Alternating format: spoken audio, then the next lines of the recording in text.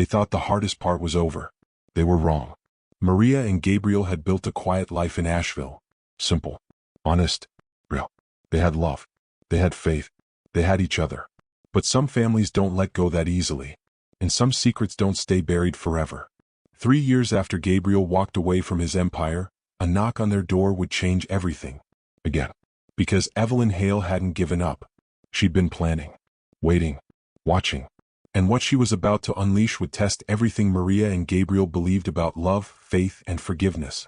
This is the story of what happened next. The part nobody saw coming. The part that proves happy endings are just the beginning of harder battles. Before we continue, drop a comment telling us if you watched part 1, and don't forget to subscribe so you don't miss what happens next. 3 years is a long time. Long enough to heal. Long enough to forget. Long enough to believe that maybe, just maybe, the past would stay in the past. Maria was 26 now.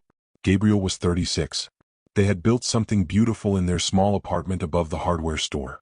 They attended New Hope Community Church every Sunday. Gabriel worked construction. Maria managed Ruth's bakery. Elena was healthy, thriving, studying nursing at the local community college. Life was good. Not perfect, but good. Until the envelope arrived. Red wax seal. Expensive paper. Hand-delivered by a courier who wouldn't say who sent it. Inside was a single sentence that made Gabriel's blood run cold. Your father is dying. He's asking for you. Why now? Why after 3 years of silence? What did Richard Hale want after all this time? Let me take you back for a moment.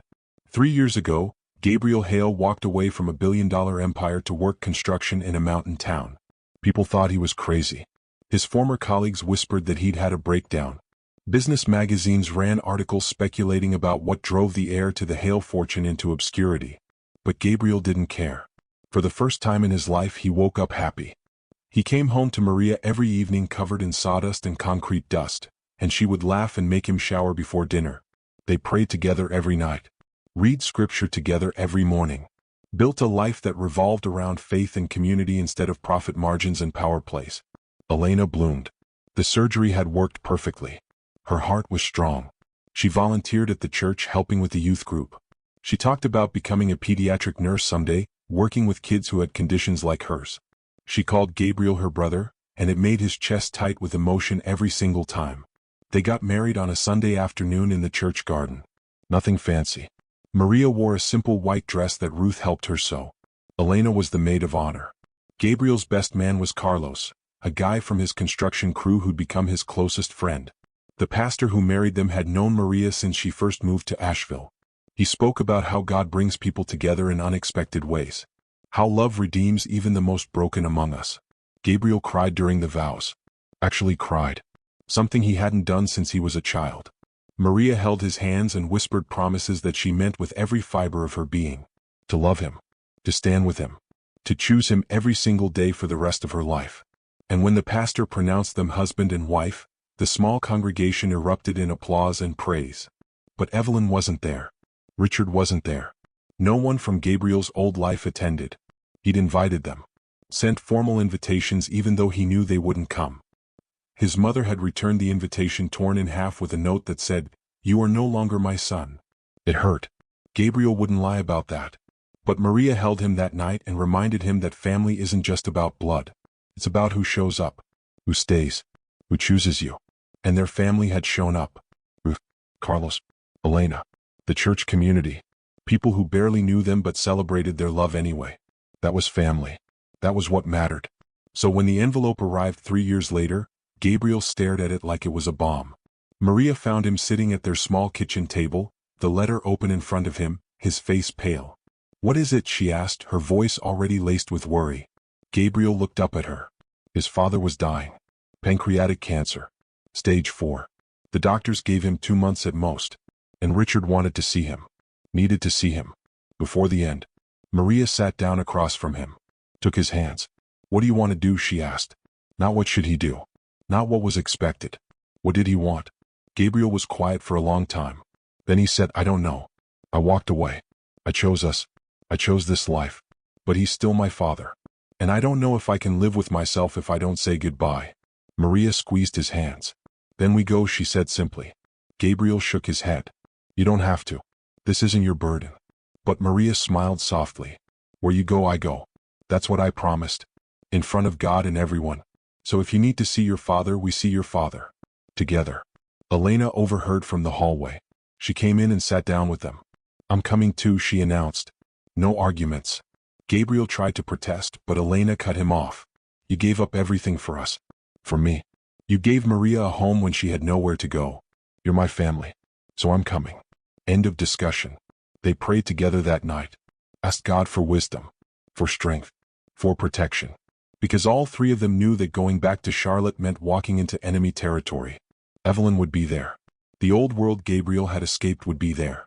And none of them knew if their small, beautiful life could survive the collision with the empire Gabriel had abandoned. The drive to Charlotte took 4 hours.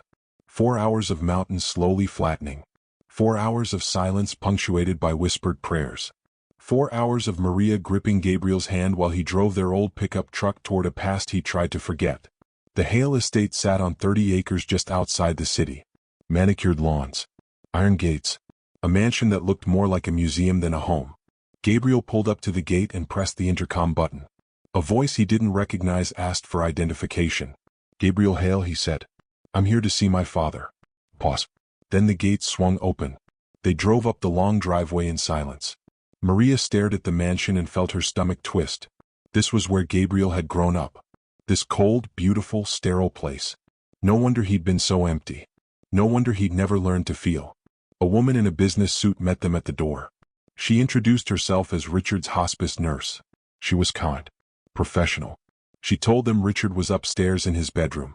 That he tired easily. That the cancer had spread aggressively. That he was in pain most of the time despite the medication. Gabriel nodded. Took a deep breath. Started toward the stairs. Maria moved to follow, but the nurse gently touched her arm. Mrs. Hale is in the sitting room, she said quietly. She has to see you. Alone. Maria felt ice slide down her spine.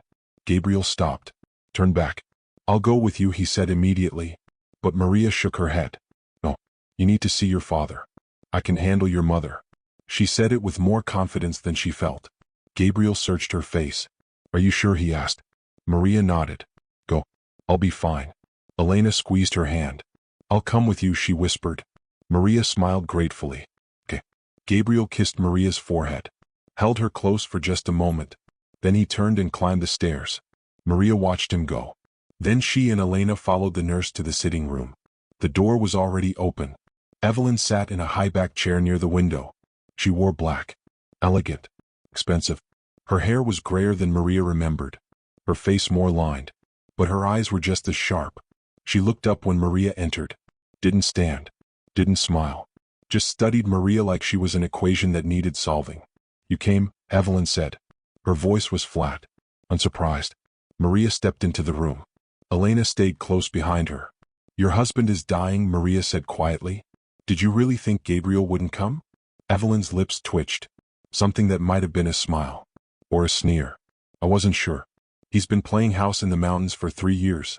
I wondered if he'd forgotten where he came from. He hasn't forgotten, Maria said.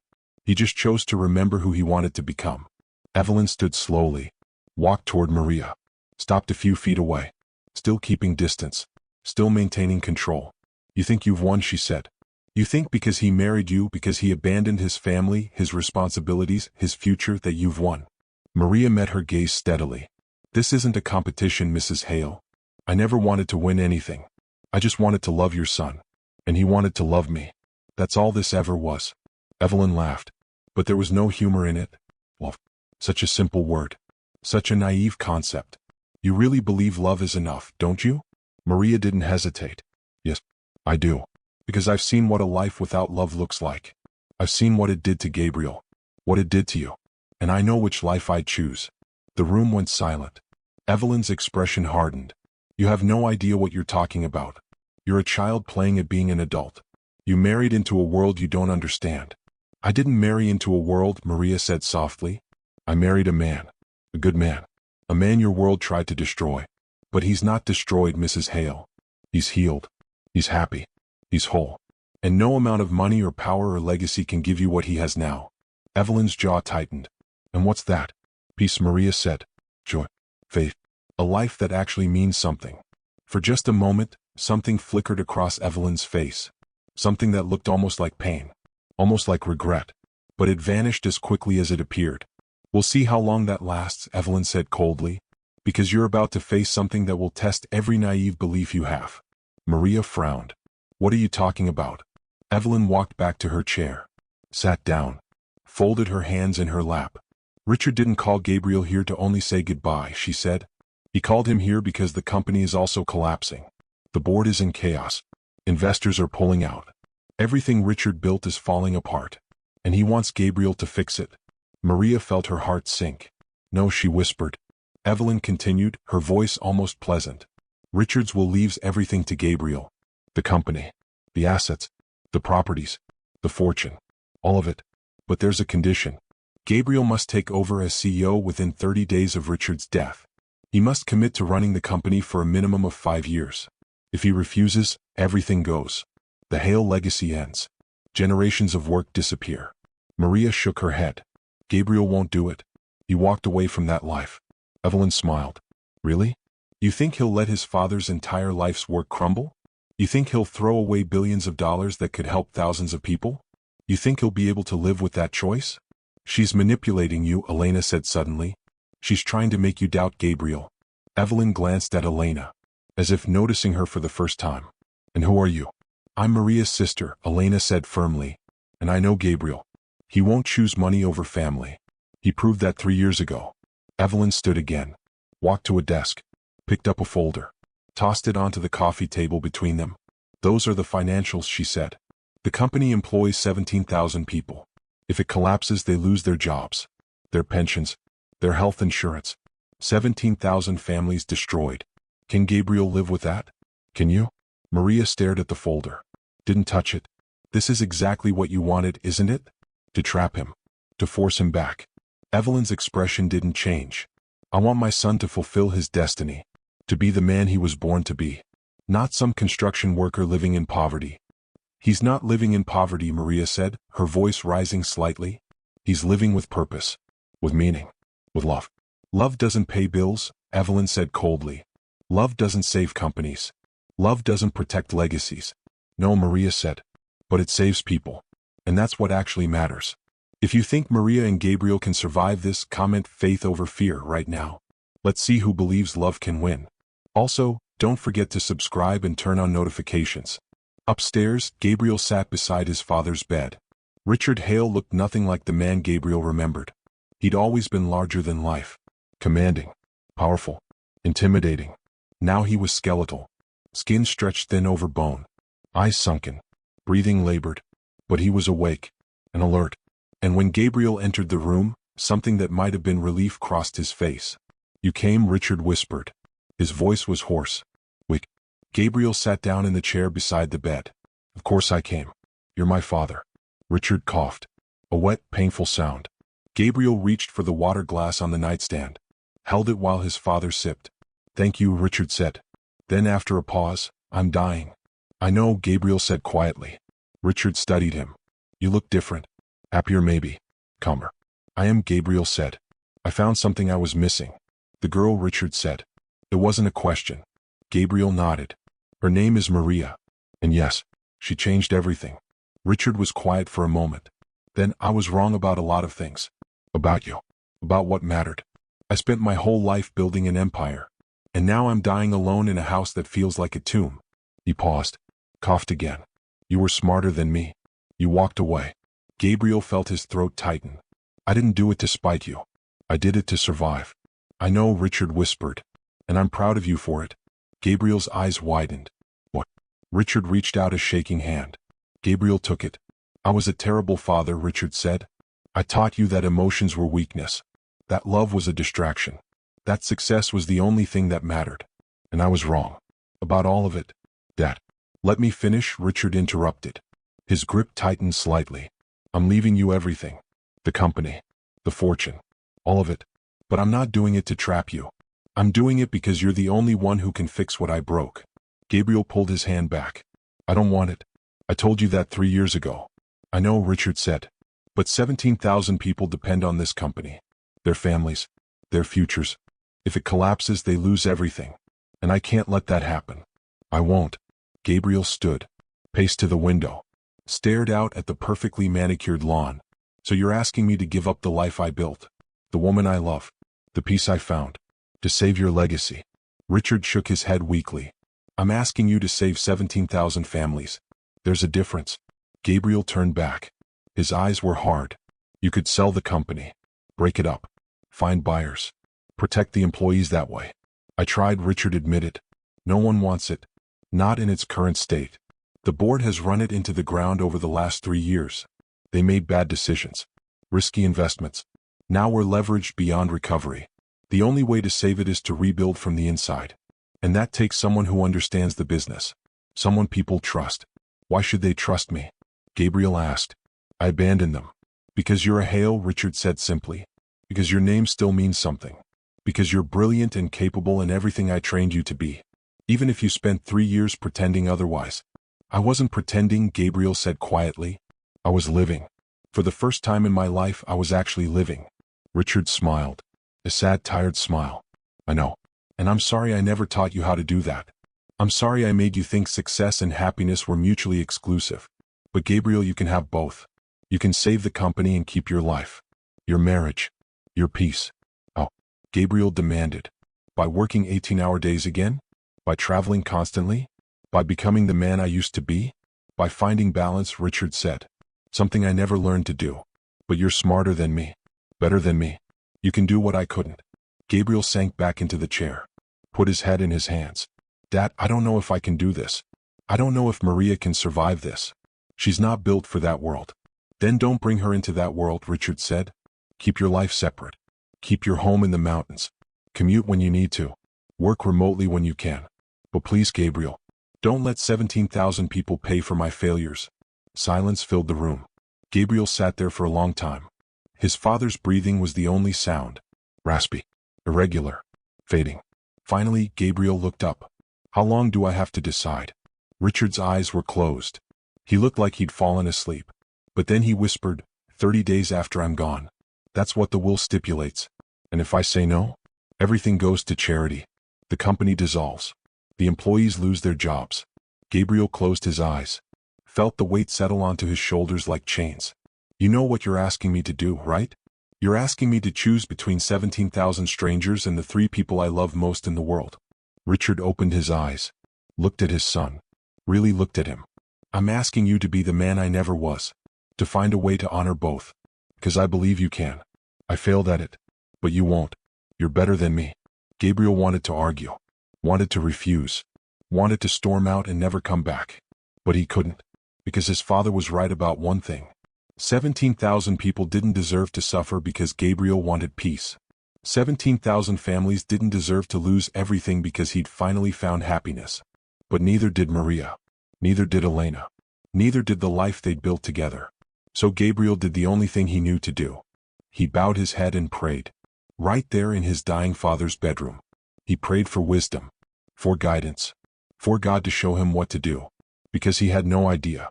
And for the first time in 3 years, he felt that old familiar weight settling back onto his chest. The weight of responsibility. Of expectation. Of impossible choices. And downstairs, Maria sat across from Evelyn, staring at the financial folder, feeling that same weight crushing her from the other direction. Richard died 4 days later. Quietly. In his sleep. The funeral was enormous. Hundreds of people Gabriel didn't know or barely remembered. Business associates. Politicians. Society people who came because it was expected. The church was full. The cemetery was crowded. Gabriel stood at the graveside with Maria on one side and his mother on the other. And he felt nothing. Just numb. Maria held his hand. Elena stood behind them. Ruth had come too. She'd driven up from Asheville because she knew Gabriel would need support.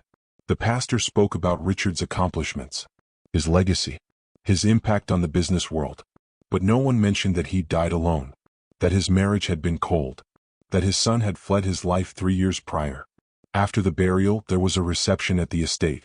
Lawyers appeared. Papers were signed. The will was read formally in the library with the family and key board members present. Gabriel inherited everything. Just as Richard had promised. But so did the conditions. Gabriel had 30 days to take over as CEO. 30 days to commit to 5 years. 30 days to decide between his peace and 17,000 jobs. The board members looked at him with barely concealed desperation. The company was hemorrhaging money. Stock prices were plummeting. If Gabriel didn't step in, everything would collapse within 6 months. They tried to pressure him, reminded him of his responsibility, his duty, his legacy. But Gabriel said nothing. Just asked for copies of all the financial documents. Said he needed time to think, to pray, to talk with his wife. The lawyers agreed reluctantly. 30 days. Not a day more. That night, Gabriel and Maria sat in his old bedroom, the one he'd grown up in. It felt like a museum. Nothing had changed. Same furniture. Same books on the shelves. Same emptiness that had defined his childhood. Maria sat beside him on the bed. Neither of them spoke for a long time. Finally, Maria said, "What are you thinking?" Gabriel shook his head. "I don't know. I keep running the numbers in my head. 17,000 employees. Average of 2.3 dependents per employee. That's almost 40,000 people whose lives depend on this decision. 40,000. Maria took his hand.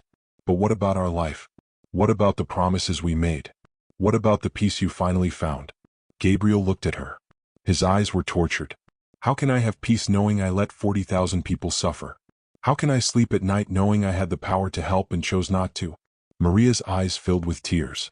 "So you're going to do it? You're going to go back?" "I don't know," Gabriel said. "I honestly don't know." He stood, walked to the window, stared out at the estate grounds. "Maria, I love you. More than anything in this world. But I can't ignore this. I can't pretend those people don't exist." "I'm not asking you to," Maria said quietly. "I'm just asking you to remember what happened last time. What that world did to you. What it cost you." Gabriel turned to face her. "This time would be different. I'd have you. I'd have faith. I'd have tools I didn't have before." "Would you?" Maria asked. "Or would the pressure consume you again? Would you become the man you were before?" Gabriel had no answer. Because he didn't know. He wanted to believe he could do both. Be the CEO and the husband. Save the company and keep his marriage. But he'd seen his father try and fail. He'd seen the cost. And he was terrified that history would repeat itself. Maria stood, walked to him, put her hands on his chest and his hands on hers. "Feel my heart," she whispered. "It's beating fast. Because I'm scared. I'm terrified. But I'm not going to tell you what to do. I'm not going to manipulate you or pressure you or make this about me." She looked up at him, tears streaming down her face. "You need to pray. You need to ask God what he wants. Not what I want. Not what your mother wants. Not what the board wants. What does God want for your life? What's his plan? Because that's the only answer that matters." Gabriel pulled her close, buried his face in her hair. "What if his plan is for me to go back? What if he wants me to save those people?" "Then we save them," Maria whispered. "Together. But we do it his way. Not the world's way. We set boundaries. We protect our marriage. We keep our faith at the center. We don't let that world consume us." Gabriel pulled back, looked at her. "You'd really do that? You'd really walk back into that world with me?" Maria nodded. "Where you go, I go. Remember? That's what I promised. But Gabriel, if we do this, we do it together. You don't shut me out. You don't hide. You don't pretend you're fine when you're not. We face it as a team." Gabriel kissed her forehead. "You're stronger than I deserve." Maria smiled through her tears. "I'm exactly as strong as God made me to be. And so are you." They prayed together that night. 4 hours. Asked God to show them the path, to give them wisdom, to protect their marriage, to help them honor both their commitments and their calling. And somewhere around 3 in the morning, Gabriel felt a peace settle over him. Not an answer, but a peace. The kind of peace that says, "I'll show you step by step. Trust me." So that's what he decided to do. Trust. Even when he couldn't see the full picture. Even when the path forward was unclear. Even when everything in him wanted certainty and guarantees. The next morning, Gabriel called a meeting with the board. Told them he'd take the position. But on his terms. He'd commute from Asheville. He'd work remotely 3 days a week. He'd attend essential meetings in person. But he wouldn't relocate. He wouldn't sacrifice his marriage. He wouldn't become his father. The board members looked at each other. Started to protest. But the lead attorney interrupted. "The will doesn't specify that Gabriel must relocate. Only that he must serve as CEO for 5 years. If he can do the job remotely, it's within the legal parameters." The board reluctantly agreed. They didn't have a choice. It was Gabriel or bankruptcy. So they took Gabriel. On his terms. With his boundaries. With his conditions. Evelyn was furious. She'd expected Gabriel to move back into the estate, to step fully into Richard's shoes, to become the son she'd always wanted. But Gabriel was firm. I'm not Dad. I won't live his life. I'll save the company. But I'm doing it my way. Evelyn stared at him coldly. You'll fail. You can't serve two masters. That girl will demand your attention. The company will suffer. Gabriel met her gaze. Then watch me prove you wrong. The first year was brutal. Gabriel drove to Charlotte 3 days a week. Left at 4 in the morning. Didn't get home until 9 at night. The other 4 days he worked from their apartment. Video conferences. Phone calls. Document reviews. The company was worse than he'd thought. Debts hidden in offshore accounts. Bad investments leveraged against good assets. A board that had been more interested in bonuses than sustainability.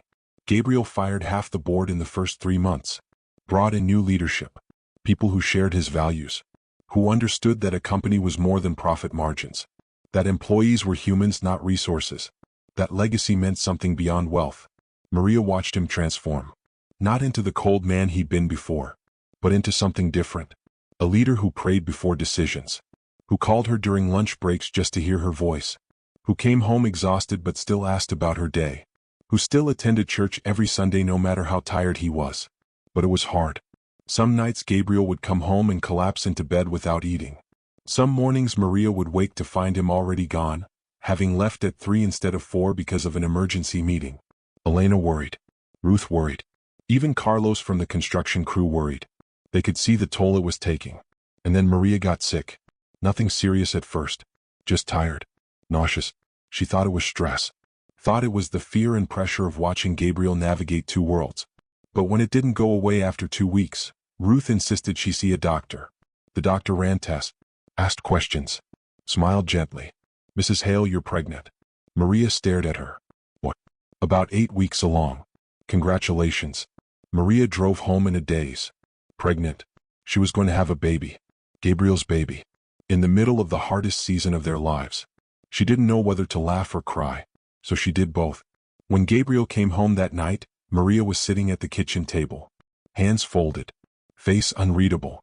Gabriel immediately knew something was wrong. What happened? Is it Elena? Ruth? Maria shook her head. Handed him a small envelope. Gabriel opened it. Inside was the ultrasound photo. A tiny blob barely visible on the screen. He stared at it. Then at Maria. Then back at the photo. We're having a baby, Maria whispered. Gabriel's face went through a dozen emotions in 3 seconds.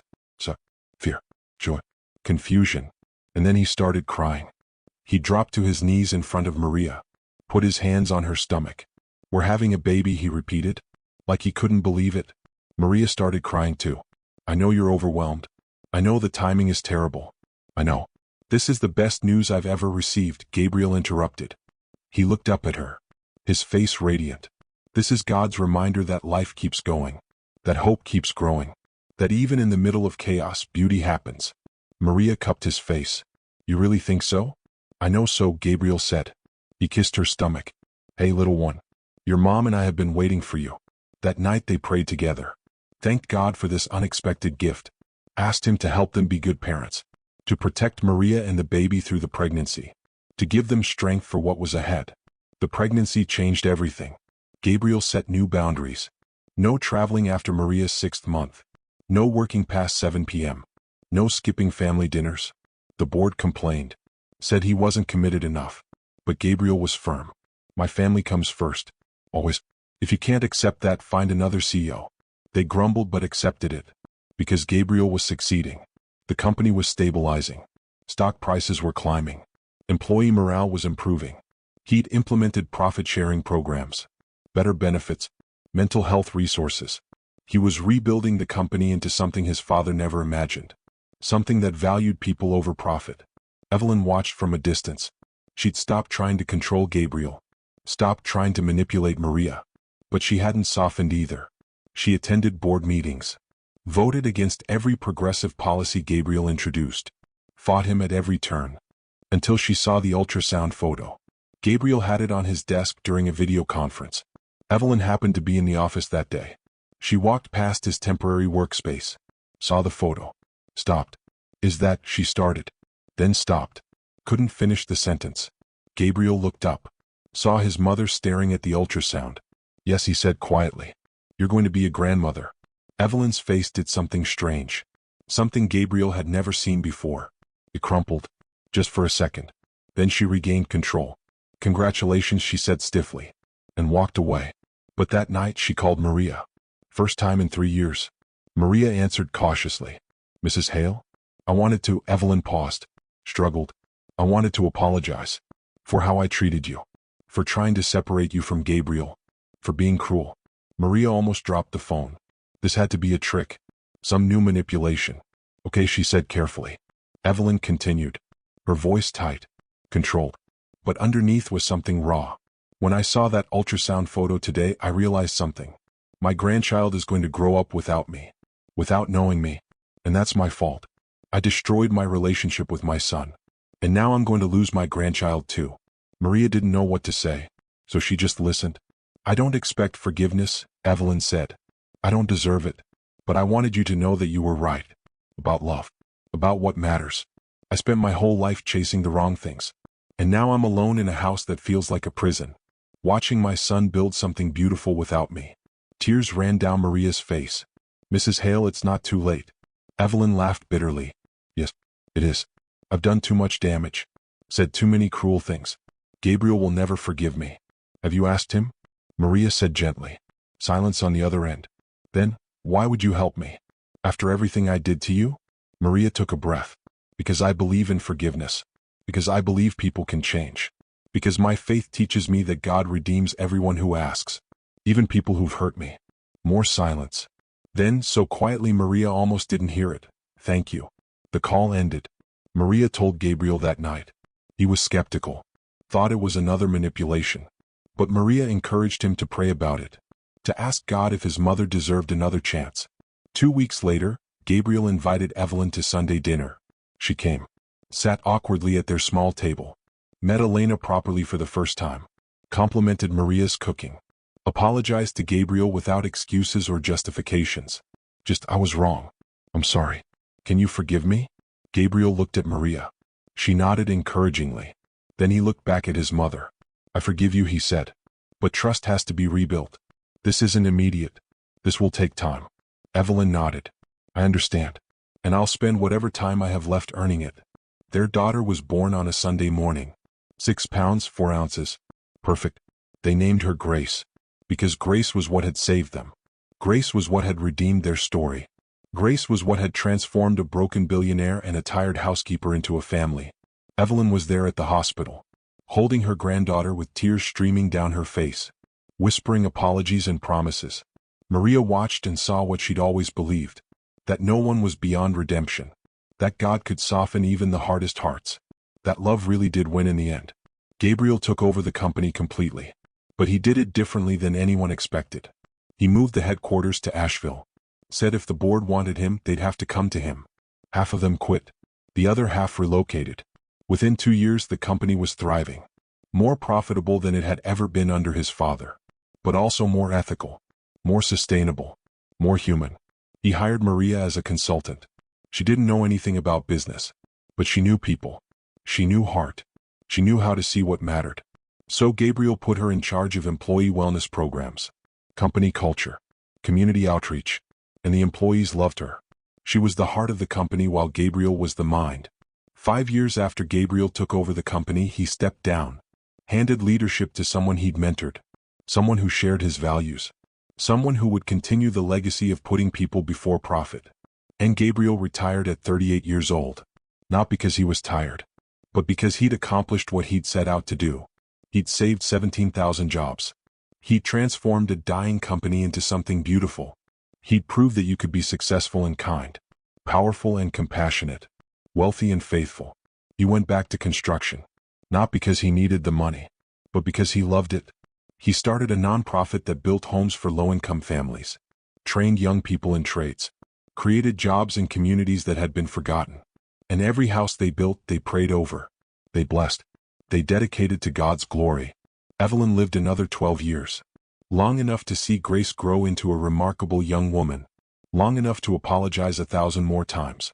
Long enough to learn what her husband never did, that legacy isn't measured in dollars or empires, It's measured in relationships, in changed hearts, in lives touched, in love given and received. On her deathbed, Evelyn held Maria's hand. "Thank you," she whispered, "for teaching me what I refused to learn, for showing me that strength looks like forgiveness." Maria squeezed her hand. "You did let go, Mrs. Hale. You chose love in the end. That's what matters." Evelyn smiled, closed her eyes, and breathed her last breath surrounded by the family she'd almost destroyed, the family that had saved her instead. At her funeral, Gabriel stood at the pulpit and spoke about redemption, about second chances, about how his mother had been one person for 60 years and a different person for 12, and how those 12 years mattered more than the 60. People cried, not because Evelyn had been perfect, but because her story proved that it's never too late, that change is always possible, that God's grace really is sufficient for anyone who asks. Now let me ask you something. What would you have done in Gabriel's position? Would you have walked away from 40,000 people to protect your peace? Or would you have stepped back into the fire to save them? What would you have done in Maria's position? Would you have supported your husband's decision even though it terrified you? Or would you have asked him to choose between you and his responsibility? Tell us in the comments. If this story moved you, then share it. Subscribe for more stories that remind you what it means to be human. We'll see you in the next story. Until then, remember, you are loved, you are seen, you are valued, and your story matters.